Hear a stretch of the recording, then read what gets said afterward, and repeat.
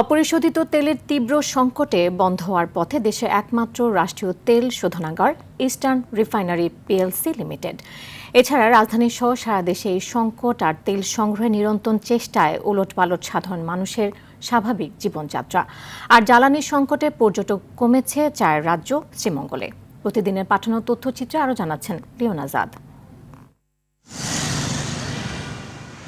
রাজধানীর পাম্পগুলোতে পাল্লা দিয়ে বাড়ছে অপেক্ষার প্রহর। তেল পেতে চালকরা কেউ গভীর রাত, আবার কেউ ভোরের আলো ফোটার আগেই ভিড় করছেন পাম্পের সামনে। ভোগান্তি কেবল অপেক্ষাতেই সীমাবদ্ধ নয়, যুক্ত হয়েছে ডিজিটাল বিড়ম্বনাও। ফুয়েল কার্ডের কারিগরি ত্রুটির অভিযোগ চালকদের। 4:30টার সময় আপনার সিরিয়ালে দাঁড়াইছি, আমার মনে হয় 3টা নাগাদ হয়তো তেলের পর্যন্ত পৌঁছাইতে পারি। এখান থেকে তেল নেওয়ার পরে হয়তো বাসায় যাবো, ফ্রেশ হয়ে আবার অফিসে। কোনো ঘুম হবে না, এটা শরীরের উপর দিয়ে পেশা যাচ্ছে। এটা একটা বড় ধরনের স্ট্রেস। ঢাকার বাইরের চিত্র আরও ভয়াবহ। টাঙ্গাইলের অধিকাংশ ফিলিং স্টেশনে এখন তালাবদ্ধ। সেচ কাজ ব্যাহত হওয়ায় বুড়ো আবাদের লক্ষ্যমাত্রা নিয়ে শঙ্কিত কৃষকরা। একই চিত্র যশোরেও।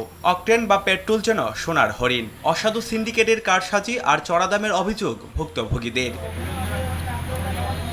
মধ্যপ্রাচ্যের সংকটে কাঁচামাল অপরিশোধিত তেল বা ক্রুড অয়েল আমদানিতে বিঘ্ন ঘটায় দেশের একমাত্র রাষ্ট্রীয় তেল শোধনাগার ইস্টার্ন রিফাইনারি লিমিটেডের উৎপাদনে কমেছে গতি।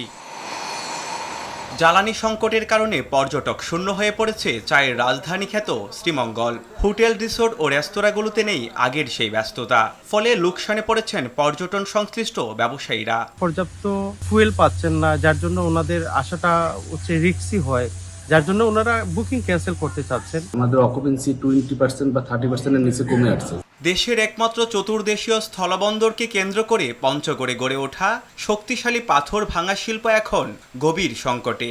চলমান তীব্র জ্বালানি সংকটে থমকে গেছে ডিজেল চালিত পাথর ক্রাশিং মেশিনগুলো, যার সরাসরি প্রভাব পড়ছে কয়েক হাজার শ্রমিকের জীবন জীবিকার উপর। তেল না পাওয়ার কারণে আমাদের মালিক এই পাথর ভাঙতেও পারে না, বিক্রিও করতে পারে না। পাথর ভাঙা মেশিন বন্ধ হয়ে গেছে, মেশিন চলতেছে না, মানে আমরা লেবাররাও কাজ পাচ্ছি না। তবে এই বিশৃঙ্খল পরিস্থিতি সামাল দিতে নেত্রকোনায় জেলা প্রশাসকের সম্মেলন কক্ষে ডিজিটাল ফুয়েল কার্ড তৈরির কাজ উদ্বোধন করা হয়েছে। প্রশাসনের দাবি, এতে করে তেল বন্টনে স্বচ্ছতা আসবে। শুধু ডিজিটাল কার্ড বা আশ্বাসের ফ্রেমে কি আটকে থাকবে সমাধান? একদিকে রিফাইনারি বন্ধের অনিশ্চয়তা, অন্যদিকে মাঠ পর্যায়ে চরম বিশৃঙ্খলা। এই দুইয়ের জাতাকলে পিষ্ট সাধারণ মানুষ।